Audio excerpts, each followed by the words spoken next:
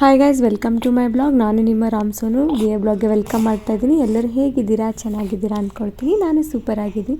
So ಇವತ್ತಿನ blog ಬಂದುಬಿಟ್ಟು ಇದು ಲಾಸ್ಟ್ ಇಯರ್ ನಂದು ವರಮಹಾಲಕ್ಷ್ಮಿ ಹಬ್ಬ. ಸೊ ಲಾಸ್ಟ್ ಇಯರ್ ವರಮಹಾಲಕ್ಷ್ಮಿ ಹಬ್ಬ ನಾನು ತುಂಬ ಗ್ರ್ಯಾಂಡಾಗಿ ಮಾಡಿದ್ದೆ, ಯಾಕೆಂದರೆ ಒಂದೇ ಬೇಬಿ ಇತ್ತು. ಸೊ ಅದಕ್ಕೋಸ್ಕರ ಈ ಸರಿ ವರಮಹಾಲಕ್ಷ್ಮಿ ಹೇಗಾಗುತ್ತೋ ಆ ದೇವ್ರ ದಯೆಯಿಂದ ಚೆನ್ನಾಗಾದರೆ ಸಾಕು, ಯಾಕೆಂದರೆ ತುಂಬ ಸಿಂಪಲಾಗಿ ಮಾಡಬೇಕಂತ ಪ್ಲ್ಯಾನಲ್ಲಿದೆ. ಯಾಕೆಂದರೆ ಮಗು ಚಿಕ್ಕದಾಗಿದೆ, 10 ಮಂತ್ ಬೇಬಿ ಜೊತೆ 3 ಇಯರ್ಸ್ ಬೇಬಿ ಕೂಡ ಇದೆ. ಸೊ ಇಬ್ಬರೇ ಇರೋದ್ರಿಂದ ನನಗೆ ಒಬ್ಬಳೇ ಮೇಂಟೈನ್ ಮಾಡೋಕ್ಕೆ ತುಂಬಾ ಕಷ್ಟ ಆಗುತ್ತೆ. ಸೊ ಆ ದೇವಿ ನನ್ನ ಕೈಲಿಂದ ಹೇಗೆ ವೃತ್ತಾನ ಮಾಡಿಸ್ಕೊತಾಳೆ ಗೊತ್ತಿಲ್ಲ. ವರಮಹಾಲಕ್ಷ್ಮಿ ತುಂಬಾ ಚೆನ್ನಾಗಾಗಲಿ ಅಂತ ಬೇಡ್ಕೋತೀನಿ. ಒನ್ಸ್ ಅಗೇನ್ ಎಲ್ಲರಿಗೂ ವರಮಹಾಲಕ್ಷ್ಮಿ ಹಬ್ಬದ ಹಾರ್ದಿಕ ಶುಭಾಶಯಗಳು. ಸೊ ನನ್ನ ತಮ್ಲೈನ್ ನೋಡಿದ್ದೀರಾ ಅಂದ್ಕೊಳ್ತೀನಿ. ವರಮಹಾಲಕ್ಷ್ಮಿ ಹಬ್ಬನ ಹೇಗೆ ಆಚರಿಸ್ಬೇಕು, ಹೇಗಿಲ್ಲ, ಮತ್ತು ಹುಣ್ಣಿಮೆ ಇರೋದ್ರಿಂದ ಹೇಗೆ ಪೂಜೆ ಮಾಡಬೇಕು, ಯಾವ ದಿನ ವಿಸರ್ಜನೆ ಮಾಡಬೇಕು, ಅಂದರೆ ಕಳಶ ಯಾವಾಗ ಇಳಿಸ್ಬೇಕು ಅಂತ ಹೇಳಿ ಸೊ ನಾನು ಪ್ರತಿಯೊಂದು ಈ ಬ್ಲಾಗಲ್ಲಿ ಹೇಳ್ತೀನಂತೆ. ಮೊದಲಿಗೆ ನಾವು ಹುಣ್ಣಿಮೆ ಇರೋದ್ರಿಂದ ಶುಕ್ರವಾರ ದಿನ ನಾವು ಬೆಳಗ್ಗೆ 4:15 ಮುಹೂರ್ತದಲ್ಲಿ ಪೂಜೆ ಮಾಡಿದ್ರೆ ತುಂಬಾ ಒಳ್ಳೆಯದು, ಶ್ರೇಷ್ಠ ಪೂಜೆ ಅಂತಲೇ ಅಂದ್ಕೋಬಹುದು. ಸೊ ಎಲ್ಲರೂ ನೀವು 4:15 ರಿಂದ 5:15 ಗಂಟೆ ಒಳಗಡೆ ನೀವು ಪೂಜೆ ಮಾಡಿದ್ರೆ ತುಂಬಾ ಸಂತೃಪ್ತಿ ಆಗುತ್ತೆ, ಮನಸ್ಸಿಗೆ ನೆಮ್ಮದಿ ಖುಷಿ ಎಲ್ಲ ಸಿಗುತ್ತೆ. ಆಮೇಲೆ ನೀವು ಬೇಕಾದರೆ ಪೂಜೆಗೆ ನೈವೇದ್ಯಕ್ಕೆ ಏನೇನು ಬೇಕೋ ಪ್ರತಿಯೊಂದು ನಾವು ಮಾಡ್ಬೋದು. ನೈವೇದ್ಯ ಗೊತ್ತಿರೋ ವಿಚಾರನೇ ಒಬ್ಬಟ್ಟು ಎಲ್ಲ ಮಾಡ್ತಾರೆ. ಸೊ ಒಬ್ಬಟ್ಟು ಸ್ವೀಟ್ ಮಾಡೋರಿಗೆ ಒಬ್ಬಟ್ಟು ಮಾಡಿ, ಇಲ್ಲಾಂದರೆ ಪ್ರತಿಯೊಂದು ನಿಮಗೆ ಮನೇಲಿ ಏನೇನೇ ಸ್ವೀಟ್ ಮಾಡಿರ್ತೀರ ಅದನ್ನೆಲ್ಲ ನೈವೇದ್ಯ ಮೂಲಕ ತೋರಿಸಿ ಅಂತ ಕೇಳ್ಕೊತೀನಿ. ಇನ್ನು ಮತ್ತು ಮಡ್ಲಕ್ಕಿ ಕೊಡೋದು ಎಲ್ಲರಿಗೂ, ಮತ್ತು ಅರಿಶಿನ ಕುಂಕುಮ ಕೊಡೋದು ಹೇಳಬೇಕು ಅಂತಂದರೆ, ಒಂದು ಬ್ಲೌಸ್ ಪೀಸು ಸಾಧ್ಯವಾದಷ್ಟು 2 ಬಳೆ 4 ಬಳೆ, ಇಲ್ಲಾಂದರೆ 12 ಬಳೆ ಕೊಡಬಹುದು ಸುಮಂಗ್ಲಿಯರಿಗೆ. ಆಮೇಲೆ 2 ಬಾಳೆಹಣ್ಣು, ಎಲೆ, ಅಡಿಕೆ, ಆಮೇಲೆ ನಿಮಗೆ ಕೈಲಾದಷ್ಟು ನೀವು ಹಣ್ಣಿನ ಜೊತೆ ಎಲ್ಲ ಥರದ ಒಂದೊಂದು ಹಣ್ಣು ಕೊಟ್ಟರು ಕೊಡಬಹುದು. ಬ್ಲೌಸ್ ಪೀಸು ಆದಷ್ಟು ನೀವು ತೆಂಗಿನಕಾಯಿ ಕೊಟ್ಟರು ಕೊಡ್ಬೋದು, ಇಲ್ಲಾಂದರೆ ಇಲ್ಲ. ನಿಮ್ಮ ಕೈಲಾದಷ್ಟು ನೀವು ಸುಮಂಗ್ಲಿಯರಿಗೆ ಏನು ಕೊಡಬೇಕು ಅದನ್ನು ಕೊಟ್ಟು ನೀವು ಪೂಜೆ ಮಾಡಿ ಅಂತ ಕೇಳ್ಕೊಳ್ತೀನಿ. ಅದಾದ ನಂತರ ಸಾಯಂಕಾಲ 6 ಗಂಟೆಯಿಂದ 7 ಗಂಟೆವರೆಗೂ ತುಂಬ ಚೆನ್ನಾಗಿದೆ. ಬಂದರೆ ಎಲ್ಲರಿಗೂ ಸುಮಂಗಲಿಯರಿಗೆ ಅರಿಶಿನ ಕುಂಕುಮ ಕೊಡಿ. ಅದಾದ ನಂತರ ವಿಸರ್ಜನೆ ಯಾವಾಗ ಮಾಡಬೇಕು, ಕಳಶ ಯಾವಾಗ ಇಳಿಸ್ಬೇಕು ಅಂದರೆ ಶನಿವಾರ ದಿನ 4:15 ರಿಂದ 5:00ವರೆಗೆ ನೀವು ವಿಸರ್ಜನೆ ಮಾಡಿದ್ರೆ ತುಂಬ ಒಳ್ಳೆಯದು. ಆದಷ್ಟು ನೀವು 3 ದಿನ ಇಟ್ಕೊಂಡ್ರೆ ಇಟ್ಕೋಬೋದು, ಭಾನುವಾರ ಕೂಡ ಮಾಡ್ಬೋದು ಹುಣ್ಣಿಮೆ ಇರೋದ್ರಿಂದ. ಸೊ ಭಾನುವಾರ ವಿಸರ್ಜನೆ ಮಾಡಿದ್ರು ಮಾಡ್ಬೋದು. ಎಲ್ಲರಿಗೂ ಗೊತ್ತಿರೋ ವಿಚಾರಣೆ, ಕೆಲವರು ಒಂದೇ ದಿನ ಇಡ್ತಾರೆ ಲಕ್ಷ್ಮೀನ.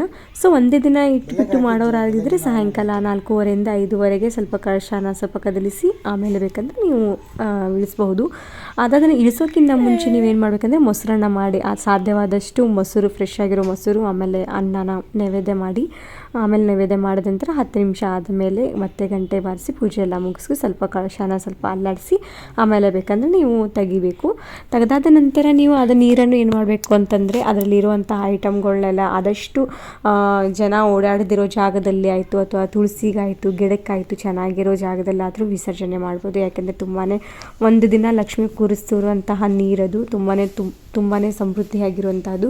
ಸೊ ಆದಷ್ಟು ನೀವು ನೀರನ್ನು ಅದನ್ನು ತುಳಸಿ ಗಿಡಕ್ಕೆ ಹಾಕಿ, ಇಲ್ಲಾಂದರೆ ಗಿಡಗಳು ಎಲ್ಲೆಲ್ಲಿ ಚೆನ್ನಾಗಿ ಬೆಳೆದಿರ್ತವೆ, ಯಾರು ಜನ ಓಡಾಡಿದಿರೋ ಜಾಗದಲ್ಲಿ ಆ ನೀರನ್ನು ಹಾಕಿದರೆ ನಿಮಗೆ ತುಂಬ ಒಳ್ಳೆಯದಾಗುತ್ತೆ.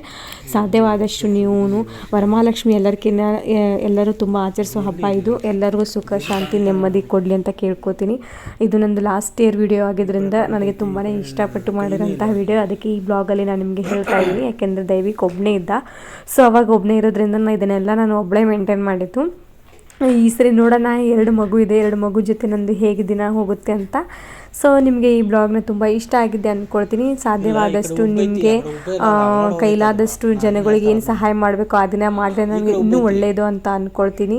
ಆಮೇಲೆಗೆ ಎಲ್ಲ ಜಾಸ್ತಿ ಡೂಪ್ಲಿಕೇಟ್ ಜ್ಯುವೆಲರ್ಸ್ ಏನೂ ಹಾಕಬೇಡಿ. ಆಗಲಿಲ್ಲ ಅಂತಂದರೆ ಅರ್ಶಿನದ ಕೊಂಬು ಕಟ್ಟಿ, ಅದಕ್ಕಿಂತ ಶ್ರೇಷ್ಠವಾದ ಇನ್ನೊಂದು ಇಲ್ಲ.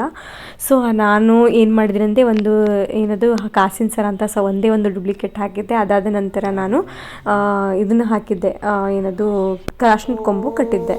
ಸೊ ಇದಾದ ನಂತರ ನನ್ನ ಹಸ್ಬೆಂಡು ಮತ್ತು ಪಾಪು ಇಬ್ಬರು ಕೂಡ ಪೂಜೆ ಮಾಡಿದರು.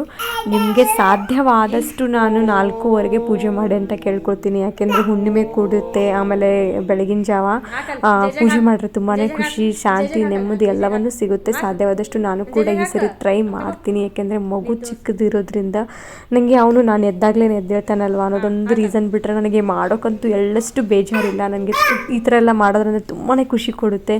ನನಗೆ ಈ ಥರ ಹಬ್ಬ ಬಂದರೆ ನನಗೆ ಒಬ್ಬಳೇ ಇದ್ರೆ ಸಖತ್ತಾಗಿ ಮಾಡ್ತಿದ್ದೆ. ಬಟ್ ಪಾಪು ಇರೋದ್ರಿಂದ ಏನಾಗುತ್ತೋ ಏನೋ ಗೊತ್ತಿಲ್ಲ.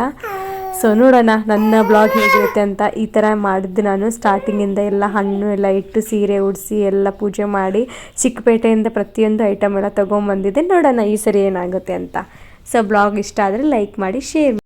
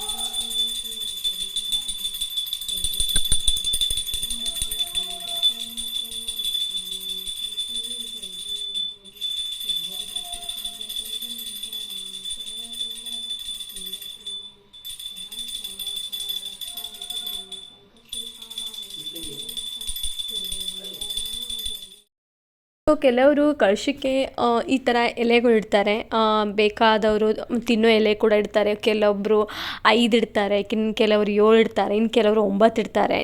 ನನ್ನ ಅನಿಸಿಕೆ, ನನ್ನ ಅನಿಸಿಕೆ ಏನಪ್ಪ ಅಂತಂದರೆ, ನಾನು ಮಾವಿನ ಎಲೆ ಇಡ್ತೀನಿ, ಚೆನ್ನಾಗಿ ಕಾಣಿಸುತ್ತೆ ಅದು ಇಟ್ಟರೆ. ಸೊ ನೀವು ಸಾಧ್ಯವಾದಷ್ಟು 9 ಇಲ್ಲಾಂದರೆ 11 ಇಟ್ಟರೆ ನನಗೆ ಇನ್ನೂ ಖುಷಿನೇ ಕೊಡುತ್ತೆ.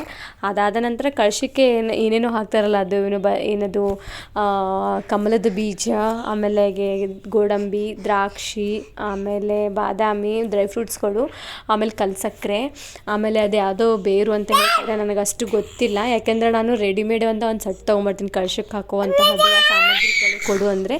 ಅದರಲ್ಲಿ ನೀವು ಏನದು ಇದ್ರ ಅಂಗಡೀಲಿ ಸಿಗುತ್ತೆ, ದೀಪದ ಅಂಗಡೀಲಿ, ಅಂದರೆ ದೀಪದ ಸಾಮಗ್ರಿಗಳು ಸಿಗ್ತಾವಲ್ಲ, ಅಂಗಡೀಲಿ ಸಿಗುತ್ತೆ. ಸೊ ನೀವು ಸಾಧ್ಯವಾದಷ್ಟು ನೀವು ಅದರಿಂದ ರೆಡಿಮೇಡನ್ನೇ ಎಲ್ಲ ತೊಗೊಂಬಂದುಬಿಟ್ರೆ ನಿಮಗೆ ಒಳ್ಳೆಯದಾಗುತ್ತೆ. ಎಲ್ಲ ಸಪ್ರೇಟಾಗಿ ಒಂದೊಂದೇ ಸಿಗುತ್ತೆ, ಕೆಲವು ಸಿಗೋದಿಲ್ಲ. ಸೊ ಅದಕ್ಕೋಸ್ಕರ ನೀವೇನು ಮಾಡಬೇಕು, ಅದು ಸುಮ್ಮನೆ ಇರುವ ಮಗನೇ, ನೋಡಿ ಹಿಂಗೆ ಟಾರ್ಚರ್ ಮಾಡ್ತಿದ್ದಾನೆ ಅವನು. ವರಮಹಾಲಕ್ಷ್ಮಿಗೆ ಹಾಕುವಂಥ ಐಟಮ್ಗಳು ಕೊಡಿ ಅಂತ ಹೇಳಿದರೆ ಕೊಡ್ತಾರೆ. ಸೊ ನಾನು ಕೂಡ ಹಾಗೆ ಮಾಡಿದ್ದೆ.